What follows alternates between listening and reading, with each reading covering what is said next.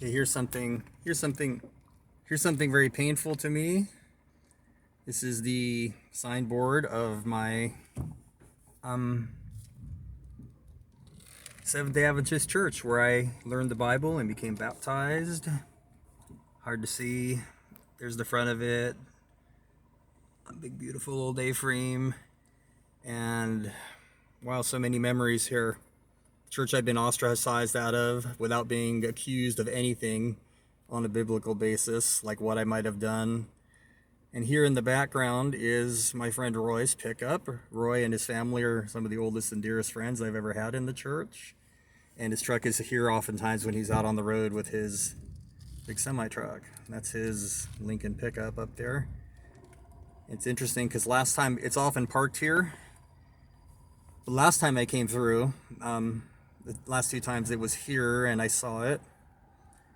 Just sitting here, it's normally abandoned here. Not abandoned, but left here when he's out on the road in his rig. But last couple times I came through, oddly enough, the way it's pointed out here, right out on Eureka Way, the headlights came on and were shining on me like all the other gang stalkers do.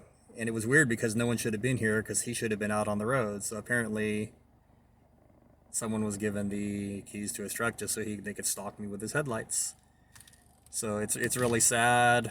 Roy, I would have trusted with my life. I love his mother dearly. I love his siblings. My first friends in the church here nearly 30 years ago. I don't know if we can see the church. It's hard to see. It's brick. It's got beautiful stained glass blocks in it. It's a classic. But this is my whole memory of my Christian life here. And I'm ostracized, ridiculed, and shamed here now in ways that I can't even picture Jesus doing to anybody. And of course, I'm not officially accused of anything.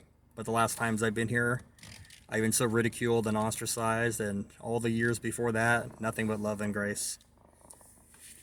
So anyway, yeah, so Roy now participates in the gaslighting and pretending he doesn't know about the program and the mimicking.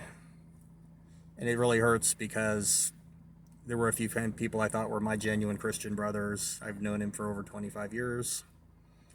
His mother lives just down the street here, dear old widow, almost 90. I miss her tremendously. And it just sucks. This program's a life killer. And this is all being done in the name of God. Roy knows the Bible better than anybody I could ever imagine, and he's perfectly willing to buy into this garbage, but not admit it, still sends me texts, so I miss our friendship. I'm like, well, yeah, why did it change? And I'll send him information on the program, and he'll ignore it and say, oh, we're all going through hard times. We're all being persecuted. That's part of the tactics of the program. Either people say you're not experiencing it at all, it's all in your head, you're schizophrenic, or, oh, we're all being persecuted right now. In other words, normalizing the program like it's happening to them too, which is a complete crock. But that's just part of the lyingness of this program. And who on earth knows why they do it? No one will tell you. You don't even get you don't even get a real accusation like in Matthew 18 where it says if you have aught with your brother, you should tell it to your, be open about it. Make the accusation. Let's talk about it. It's just not the way it works here. And it's sickening. It's heartbreaking. My heart is so numb right now from going through all this.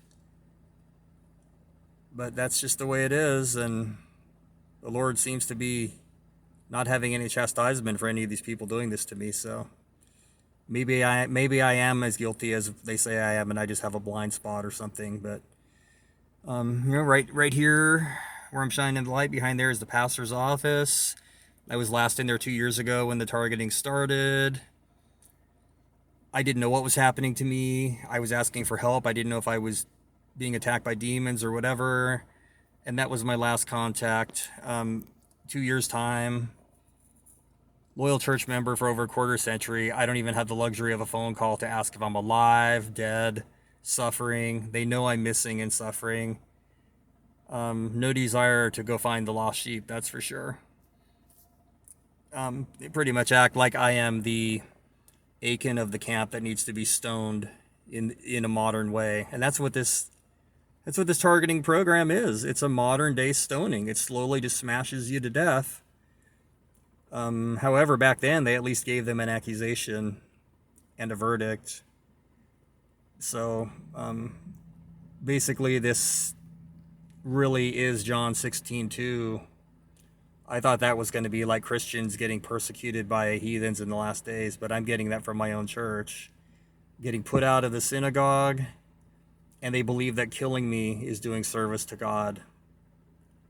I wanted to believe that vengeance was God's, not these people's, but either these, because it's so universal, either I am being used somehow secretly by, or everybody's being used by God to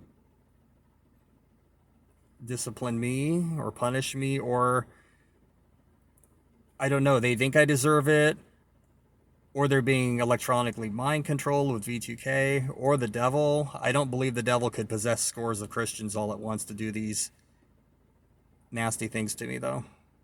Anyway, I saw his truck sitting here. I decided to come back and make a commentary.